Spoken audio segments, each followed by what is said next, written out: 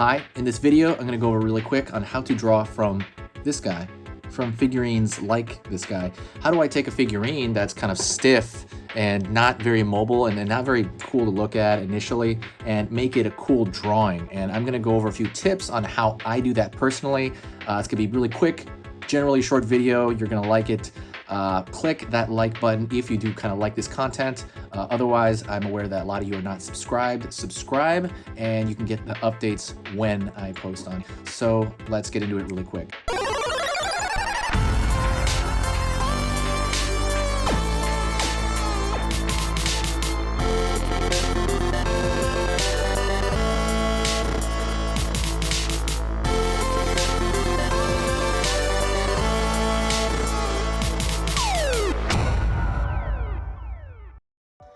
Okay, so let's kind of get into this.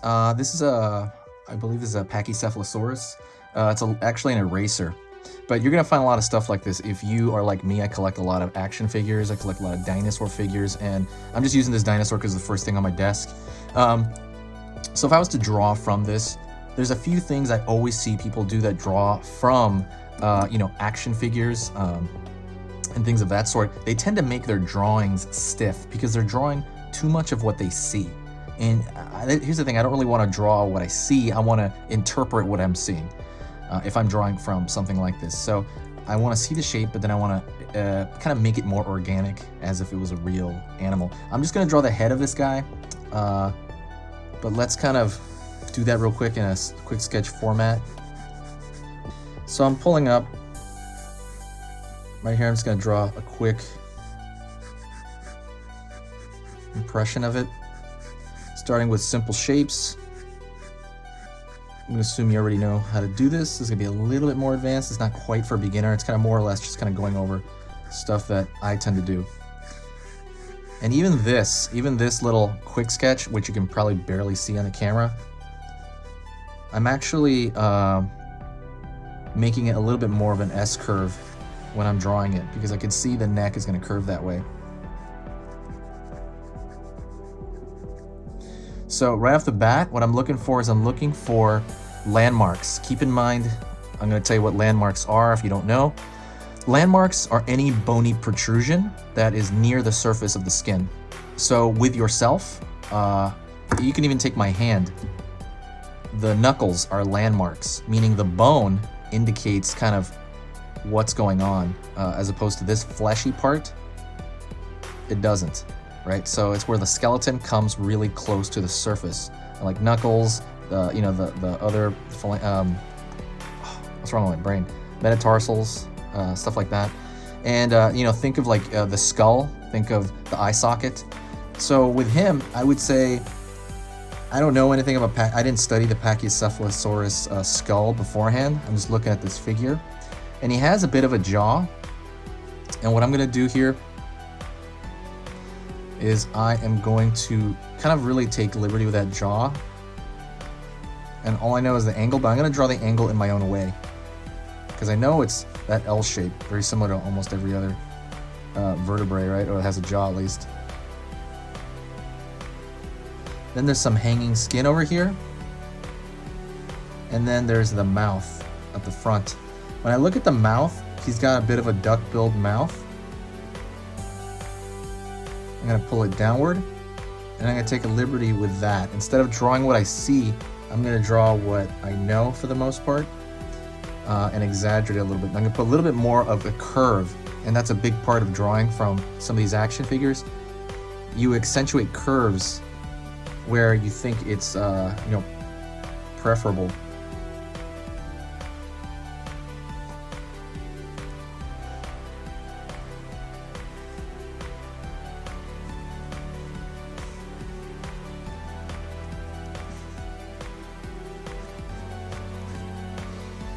Pulling down. So the eye's a great example. The eye, when I look at it here, it's literally kind of nothing. I mean, the eye is more or less, I'm just looking for the placement of the eye.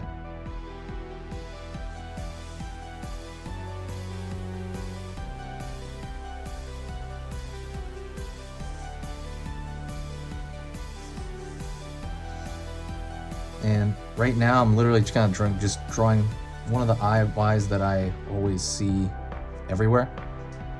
Pachycephalosaurus is generally, I believe it was supposed to be an herbivore. Kind of a bump right here. I'm going to treat that like a landmark because it's clearly the skull.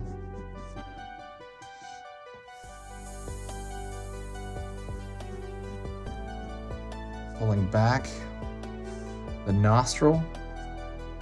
The nostril right here is literally just like a line. I'm going to more or less just design my own nostril. You're designing your own shapes into a lot of it. So you're looking at this for placement and you're looking at it for kind of structure.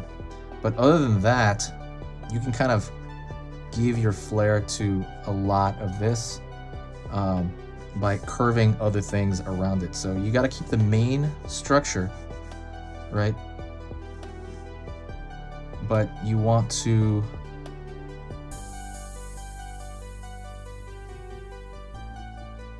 take liberties to make it more your own.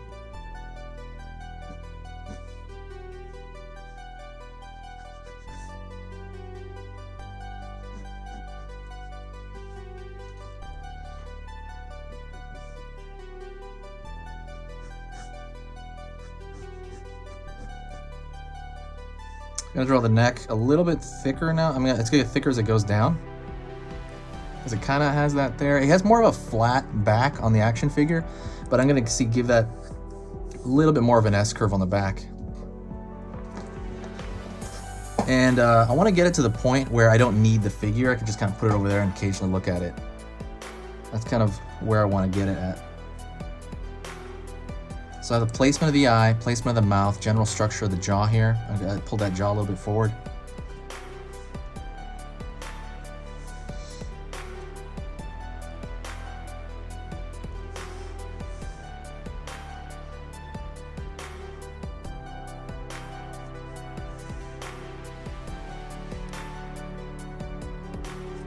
And kind of the cheek. I know that probably most likely has like a masseter. And for the strap in here somewhere. I don't know how masseter would strap actually on a Pachycephalosaurus. I think it's supposed to strap over here. This is all just, guesswork because I didn't study this beforehand. I'm not really sure they have an answer for that yet. I mean, a lot of these animals, you compare them with modern day animals, and that's where you get a lot of answers as well. Because if there's a shape in that skull where clearly there's a masseter that goes there, I mean, it's obvious that most likely there's a masseter in there. That's why things are up to change, as they find out new information.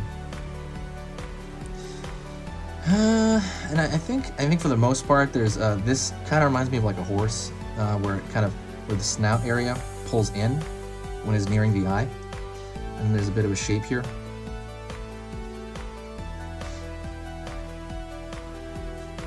And to be honest, I know there's probably a cheekbone over here, like I don't know if they call it jugo bone on this animal, but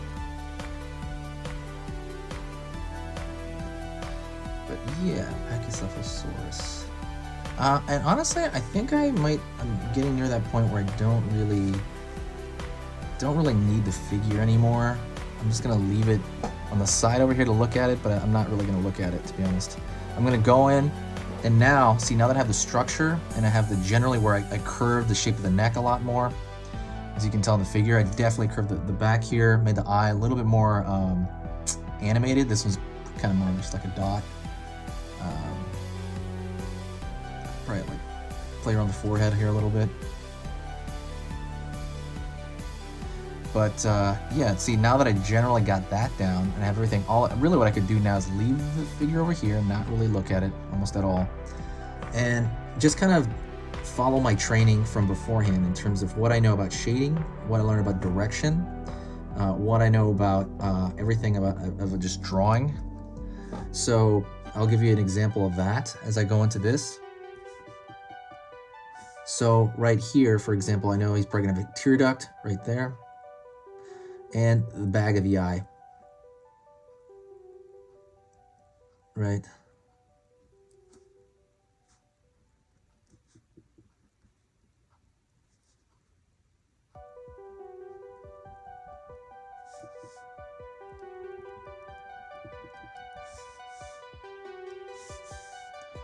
And right here, you do take liberties in terms of kind of sometimes what to attach. because you're dealing with an animal that has been dead for so long, so we don't really have any direct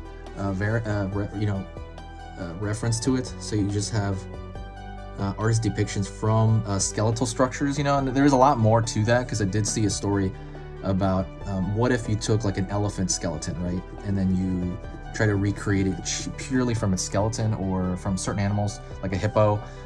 There is some truth to that, but I don't think an artist or anyone that knows anatomy wrote that, because when you know certain things about anatomy, there are certain shapes within the bones, within animals, within, like, let's say the jaw. If they're bent a certain way, there's like a large muscle that might fill that void, and that kind of gives you some clues. I don't know about an elephant. That one's pretty wild. That one might be a little wild, because if you see an elephant skull, it looks like a cyclops, and that's what I'd heard. The actual theory of that, of why people kind of came up with cyclopses, was that they found the bones of like a mammoth, or an elephant, or probably mammoth, and it looks just like a cyclops when you look at that thing. If you were just to kind of like go off in it with a kind of non-educated guess, and that's kind of where that myth came from. But some of the bones they find with dinosaurs are very, in my opinion, straightforward. Like the T-Rex. I mean, I know we're trying to figure out whether it had feathers or not, and so on, but certain things about that structure are very obvious.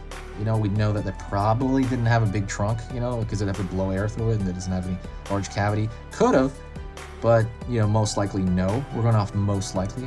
Or if you look at a Sarcosuchus skeleton, which is basically a giant crocodile, that's similar. They found mostly, I think they found just the head, but it's clearly a giant crocodile. And then there's obviously more stuff to it. So this is what I'm going to work with. What I'm going to do right now is I'm actually going to push forward, and I'm going to fast forward this so you're not bored to death, and I'm going to talk a little about it after I work on it.